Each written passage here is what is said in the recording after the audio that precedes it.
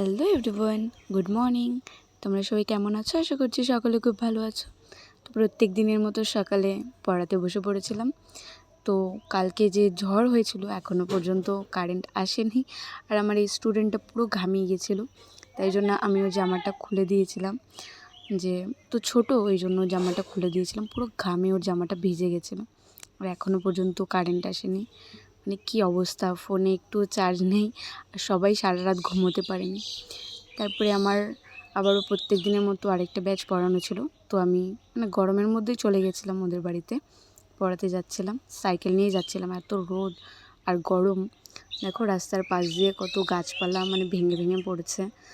তো অনেক গাছপালা ভেঙেছে, ঝড়ের পরে এই ক্ষতিটাই বেশি হয়। দেখো এখানেও কতগুলো গাছপালা ভেঙেছে। এই যে আমাদের স্কুলটা এখন বন্ধ আছে, কারণ গরমের ছুটি পড়েছে বাচ্চাদের। এত গরমের মধ্যে বাচ্চারা কী করে স্কুল করবে কে জানে। এখানে দেখো কি সুন্দর, চারিদিকে এখন পাট লাগানো হয়েছে, তো পাটগুলো কত বড় হয়েছে। এখন শুধু মাঠ ভরা পাট আর পাট। তারপরে আমি চলে এসেছি ওদের বাড়িতে পড়াতে। তো সবার মতন ওদের বাড়িতেও কারেন্ট ছিল না একটু, আর ও দুটো পাখা নিয়ে এসেছিলো, হাত পাখা। একটা বলেছিল দিদি তুমি হাওয়া করো, একটা দিয়ে আমাকে হাওয়া করতে বলেছিল, আর ও নিজেই দুটো পাখা দিয়ে মজা করছিল।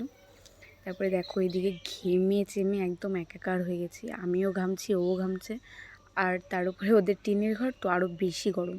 দেখো ও পুরো ঘামিয়ে স্নান করে গেছে, এত ঘামাচ্ছিল, প্রচুর ঘামাচ্ছিল। তারপরে আমি ওকে লেখাচ্ছিলাম, অল্প করে লিখেছি। তারপরে কাকি বলছিল যে আজকে আর বেশি পড়াতে হবে না, তোর হোমওয়ার্কগুলো দিয়ে তুইও চলে যাও, প্রচুর গরম। তারপরে আমি চলে যাচ্ছিলাম বাড়ির দিকে, আর প্রচুর রোদ উঠেছে, রোদের থেকে বেশি হচ্ছে গরম। এত গরম, ভ্যাপসা একটা গরম। কালকে ঝড় বৃষ্টি হওয়ার পরেও গরমটা যেন আর কমছেই না। দেখো এখানে গাছটাতে কি সুন্দর খেজুর হয়েছে, আর এখানে যে আমার একটা স্টুডেন্ট কাম বোন, বদমাইশ। তারপরে যাই হোক, দুপুরটা যাই হোক করে কেটেছে গরমে। এখানে দেখো তোজো এসেছিলো অনেক দিন পরে। তোজো হচ্ছে আমাদের বাড়ির পাশে ভাই কাকির ছেলে।